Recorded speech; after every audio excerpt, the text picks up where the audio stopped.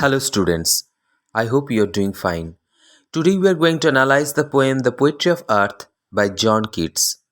Before we go into the analysis, we should know about the poet John Keats. John Keats was a noted poet of the English Romantic Movement. John Keats English romantic মুভমেন্টের একজন বিখ্যাত কবি ছিলেন। তিনি জন্মগ্রহণ করেছিলেন 31 October 1795 লন্ডনের ফিন্সবেরিতে। He belonged to the second generation of the romantic poets who came after Coleridge and Wordsworth. তাকে রোম্যান্টিক পোয়েটসের মধ্যে সেকেন্ড জেনারেশন পোয়েট বলা হয় কারণেই যে তার আগে ওয়ার্ডসওয়ার্থ এবং কোলরিজ অলরেডি রোম্যান্টিক পোয়েট হিসেবে বিখ্যাত ছিলেন। He is known for his vivid imagery which are noted for their sensuous appeal. তার কবিতাগুলো বেশি পরিচিতি পেয়েছিল কিটসের প্রখর সেন্সুয়াস অ্যাপিল বা ইন্দ্রিয় সংবেদিতার কারণে। কবি হিসাবে তার কৃতিত্ব এই পঞ্চ ইন্দ্রিয়ের অনুশীলন। তার সমস্ত কবিতা বুঝিয়ে দেয় যে কিটস ইন্দ্রিয়ের মাধ্যমে নেচার বা প্রকৃতিকে উপলব্ধি করতেন। তিনি সহজেই অভিজ্ঞতাকে ধরতে পারতেন। তার কবিতা এই ইন্দ্রিয়গ্রাহ্য অনুভূতিতে ভরপুর। Some of his famous works are Ode to a Nightingale, Ode to Autumn, Hyperion, Isabella, etc. তার কতগুলো বিখ্যাত কবিতার মধ্যে উল্লেখযোগ্য ছিল Ode to a Nightingale, Ode to Autumn।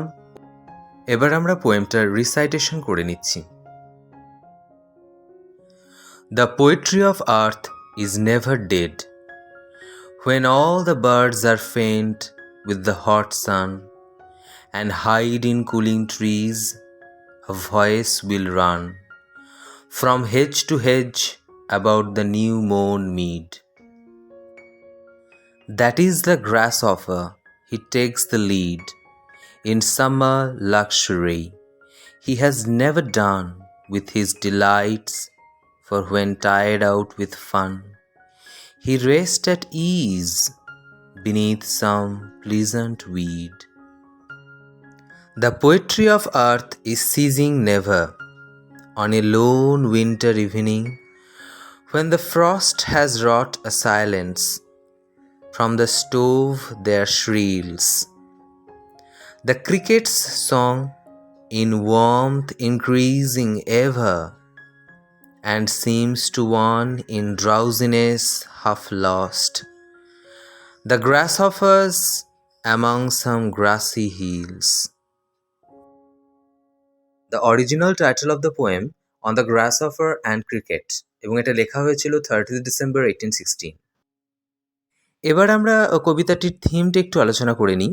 কবিতার যে first line the poetry of earth is never dead, এই লাইনটি কবিতার মূল বিষয়বস্তু বা সাবজেক্ট ম্যাটারকে স্পষ্টভাবে তুলে ধরছে। এই কবিতার মাধ্যমে জন কিটস পৃথিবীর অন্তহীন মিউজিকের কথা বলেছেন, এবং সেই মিউজিকটি কিন্তু নেচারের বা প্রকৃতি মিউজিকে পরিপূর্ণ। এই মিউজিক অবিরাম ধারায় প্রবাহিত হচ্ছে, তা কখনো শেষ নেই।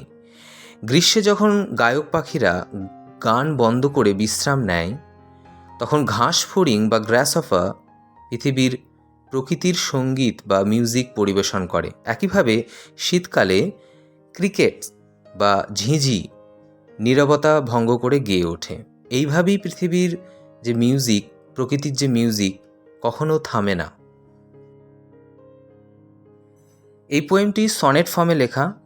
সনেট আমরা জানি যে 14 লাইন্স থাকে, এবং it is a Petrarchan sonnet, এবং এটাতে দুটো পার্ট রয়েছে। দ্য ফার্স্ট 8 লাইন্স যেটাকে অক্টেভ বলা হয়, অ্যান্ড দ্য লাস্ট 6 লাইন্স যেটাকে সেস্টেট বলা হয়।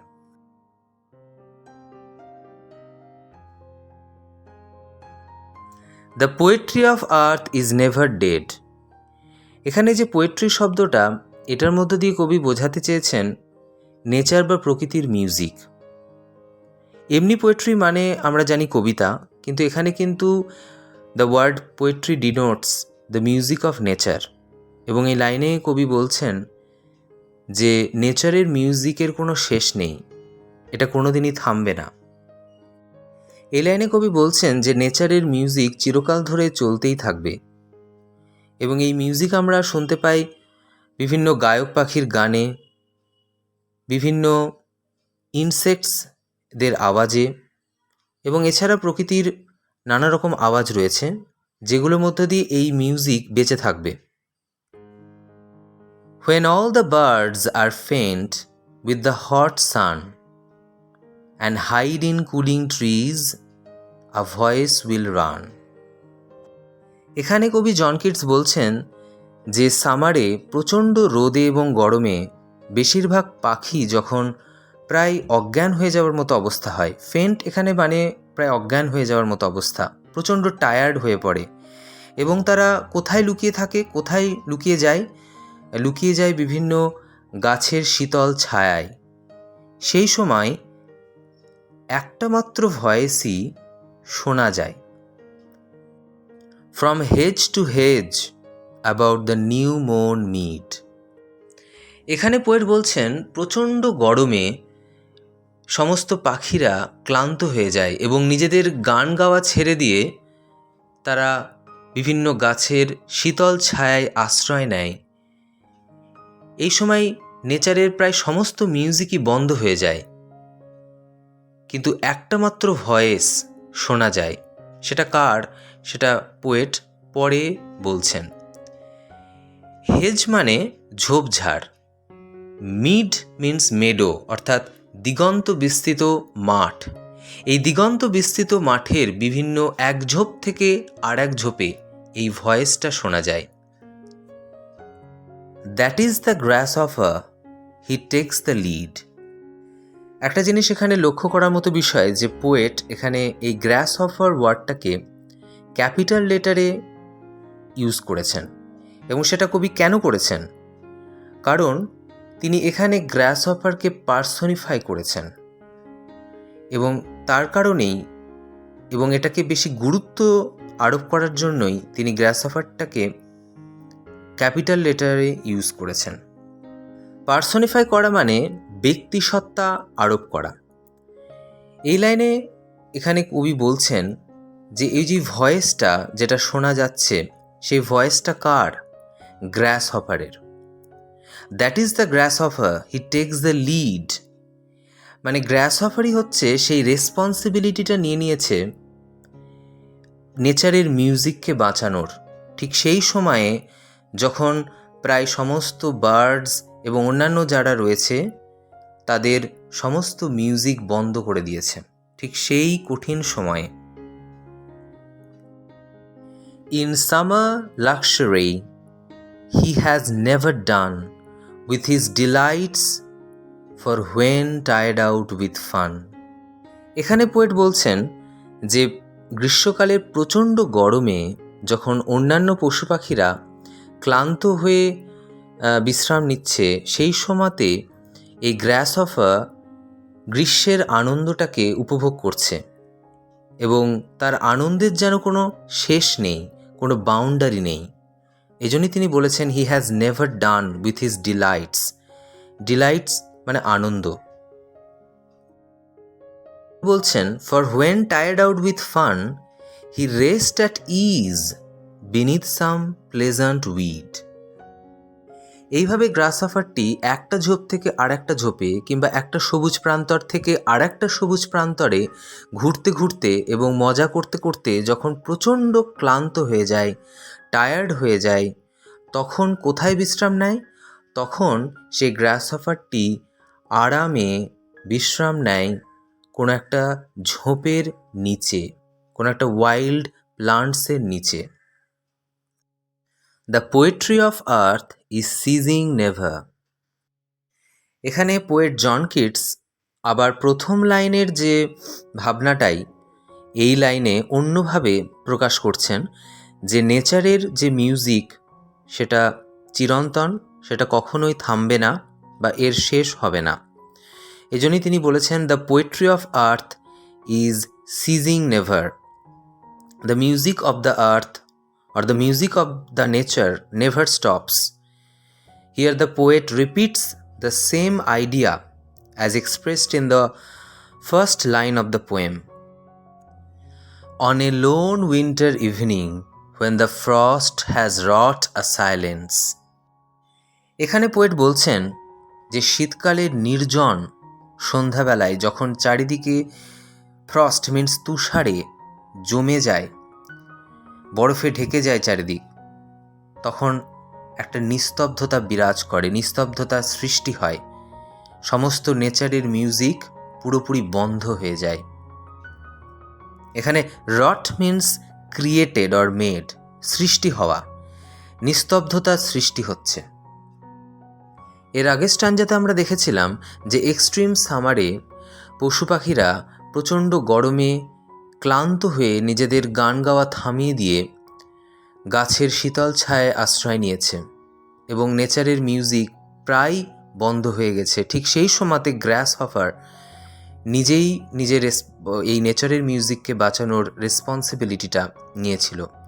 তেমনি এই স্ট্যান্ডাতে পোয়েট আবার এক্সট্রিম উইন্টারের কথা বলেছেন। সেই এক্সট্রিম উইন্টারে প্রচণ্ড ঠান্ডায় পশু পাখিরা গান গাওয়া থামিয়ে দিয়ে সবাই নিজের নিজের আশ্রয়ে পালিয়ে যায়। From the stove there shrills the cricket song in warmth increasing ever. তাহলে উইন্টারে যখন চারিদিকে প্রায় নেচারের মিউজিক বন্ধ হয়ে যায়, ঠিক সেই সময়তেই এই ক্রিকেট বা ঝিঝি পোকার আওয়াজ সেটা শোনা যায় এবং এই ক্রিকেটই যেন এই নেচারের মিউজিককে বা পোয়েট্রি অফ আর্থকে বাঁচানোর জন্য নিজের কাঁধে রেসপন্সিবিলিটিটা নিয়ে নেয়। শীতকালে তীব্র ঠান্ডায় সমস্ত মানুষেরা ঘরের ভেতর আশ্রয় নেয় এবং ঘরকে গরম রাখার জন্য একটা ফায়ার প্লেসের ইউজ করে। সেই জন্যেই পোয়েট স্টোভ কথাটা ইউজ করেছেন। স্টোভ মিন্স ফায়ার প্লেস, ঘর গরম করার চুল্লি।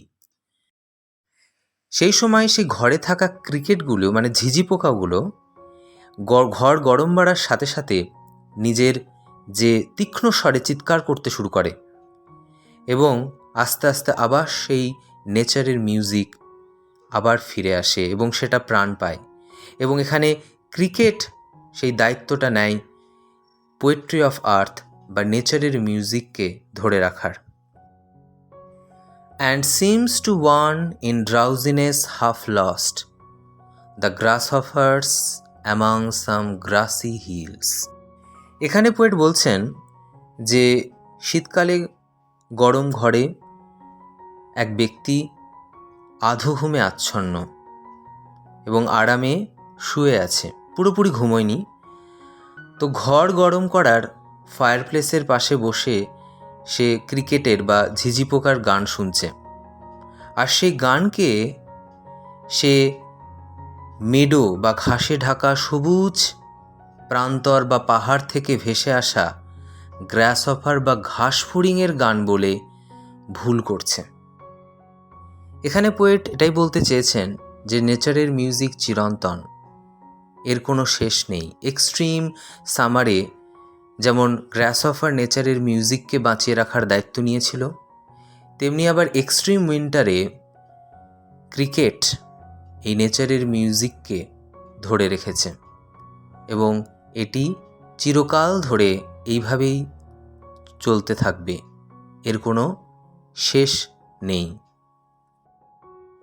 নেচার বা প্রকৃতি মিউজিকে পরিপূর্ণ। সিজন চেঞ্জ হয় কিন্তু এই নেচারের মিউজিকের কোনো শেষ হয় না। এই যে নেচারের যে পোয়েট্রি বা আর্থের যে পোয়েট্রি সেটা চিরকাল থেকে যাবে। প্রকৃতির এই মিউজিকের নিরবিচ্ছিন্নতাকে গ্রীষ্মের প্রচণ্ড গরম কিংবা শীতের হিমশীতল আবহাওয়া প্রভাবিত করতে পারে না। যখন পাখিরা ক্লান্ত হয়ে সূর্যের তাপে ক্লান্ত হয়ে নিজেদের গান গাওয়া ছেড়ে দেয়, তখন গ্রাসহপারের যে ডাক সেই শূন্যতা বা নিস্তব্ধতাকে পূর্ণ করে। তেমনি এক্সট্রিম উইন্টারে ছোট ছোট এই ঝিঝি পোকা বা ক্রিকেটস শীতের তুষার দ্বারা সৃষ্ট এই নিস্তব্ধতাকে হারিয়ে দেয় এবং নেচারের এই মিউজিকটাকে ধরে রাখে।